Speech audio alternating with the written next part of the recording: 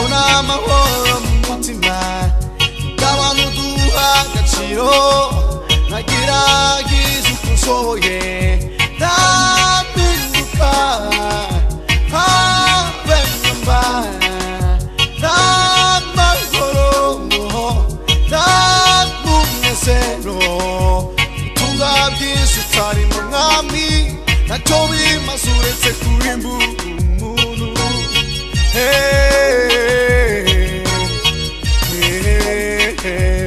muri wowe mbayeho muri wowe ndanyuzwe ubuzima bwanjye bwose mukesha wowe muri wowe mbayeho muri wowe ndanyuzwe ubuzima bwanjye ni wowe mukesha mwami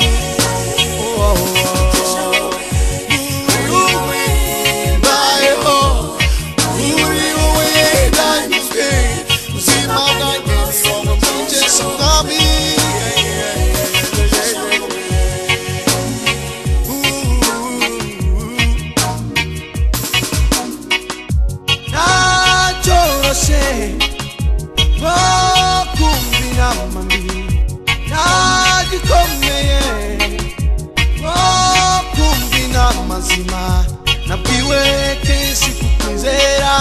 ndabikereza mbigira ibikino iyo mbimenya hakiri kare banarakwizeye nyikumenya mbese Yesu kuryoshe nakugereranya n'iki sinababyeyi inshuti n'abavandimwe ese n'abaturanyi beza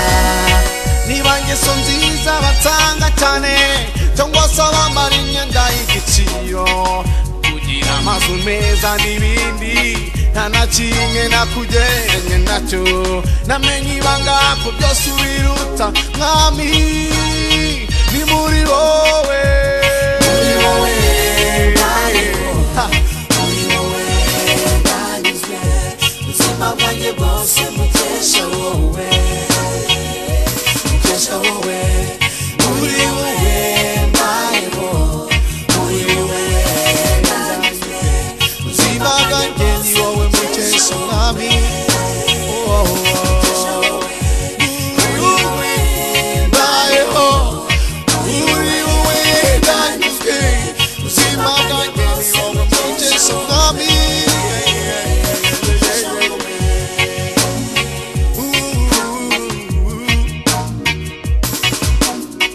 urugamba rw'ubuzima rukomeye simbone n'umunota wo gutuza mwami wanjye nawe ukabyemera ngo nzabona ikamba yo kunesha ibyo bintera gushira ubwoba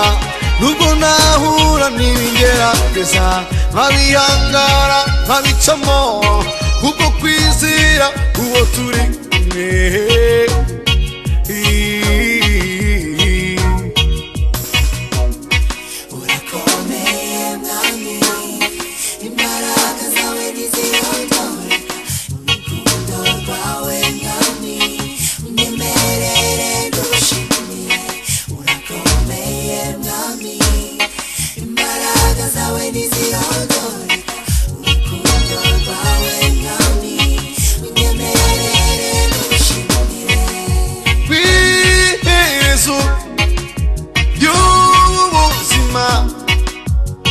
uzompindura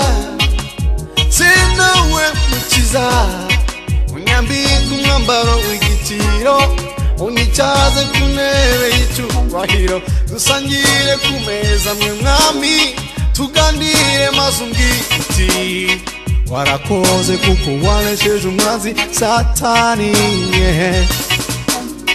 nanjye nkubwire ni mwami ni wowe wabikoze iyo zitaba imbaraga zawe mbese nari kuwa nde nari gukora iki ari wowe wabikoze mwami